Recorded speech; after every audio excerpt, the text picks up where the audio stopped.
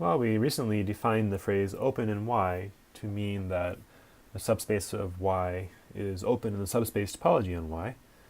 And now in definition 3.3, we're going to make the same definition for the phrase closed in Y.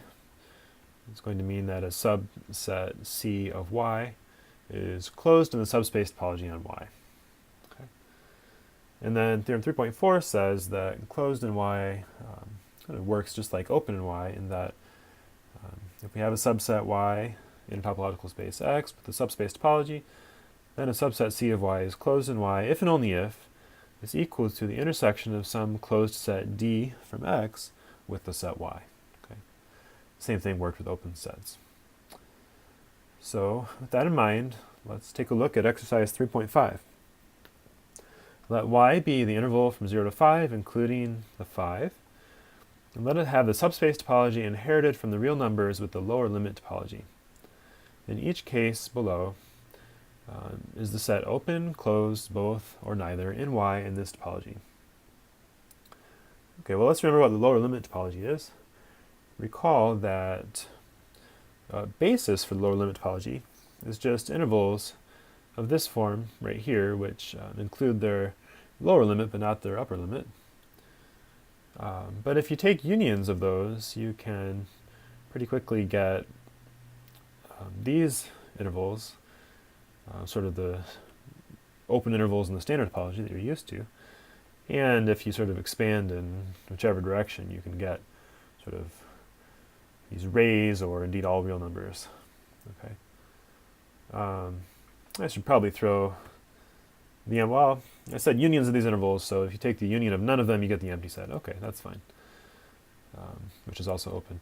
And okay, if you look at the complements of such unions of intervals, you get the closed sets, and those would be unions of intervals of these forms. We have sort of the same one in here. Those are both open and closed. Then a few others as well. Okay, so here is a picture of the set Y that we're looking at from 0 to 5, including 5. And we're supposed to take a look at each of these subsets of Y and decide whether they're open, closed, both, or neither. And so basically we're going to try and ask ourselves, can we write these subsets as Y intersected with some open or closed set in the larger topological space R with the lower limit topology? All right. So can we intersect Y with something and get the interval from 0 to 1? And we can, in fact, intersect it with, the interval from 0 to 1, including 0, excuse me. When we intersect with Y, we will just lose 0, and we'll get this, okay? But this new interval here is, as you see, both open and closed in the lower limit topology. Okay? So this implies that this interval from 0 to 1 that we started with is open and closed, okay, in the subspace topology on Y. Good. How about this one, where we add in a 1? Well, this time, if we want to get that by intersecting Y with something, we're going to have to do, let's say,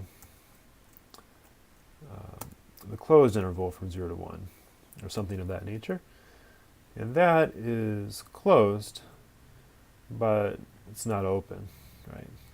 So in this case, we get that our subset is just closed. Okay. How about the singleton set containing just 1? Well, if you want to get that from intersecting Y with, well, a union of intervals, you're just going to have to intersect it with a single interval. In fact, you're just going to have to intersect it with that singleton set itself, right? Which is closed. Is that in my list up here? Maybe it is if you allow A and B to be equal to one another, right? Okay, so that is Y intersect a closed set from R, which implies that as a subset of Y, it is also closed. Okay, how about this? this is just y itself, right?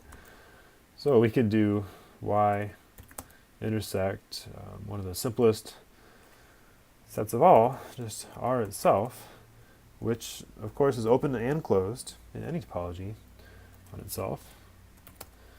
So that implies that y is open and closed in itself, which is a good thing, right?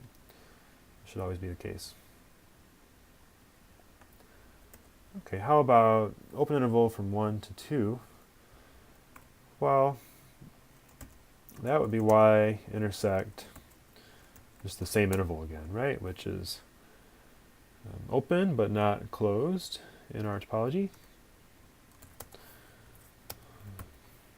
So we get just open. And if we throw in a 1, then, well, again, that's just going to be y intersect the set we started with, which is open and closed, right? That's one of those lower limit intervals. So we get open and closed here. And then what if we just have the 2 included?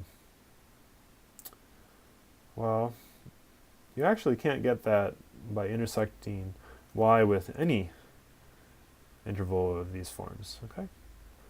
So this would in fact be neither open nor closed. And we just got 3 more.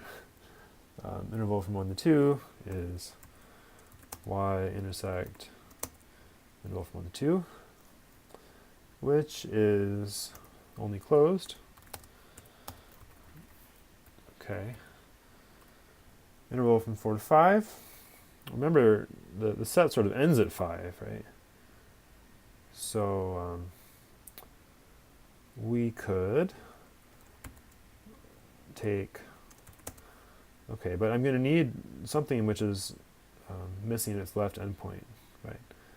And the only things to work with are these open intervals up here, okay, from A to B, which include neither endpoint. So you could think of this as y intersect 4 to 6, which is only open.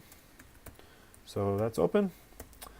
And all right, if we throw in the left endpoint, then we could do y intersect something which is both open and closed, right? One of these lower limit intervals from 4 up to, I need to go up to something bigger than 5. How about 6? So that one's open and closed. All right, so we have some of all 4 cases here, open, closed, both, and neither. And there you go.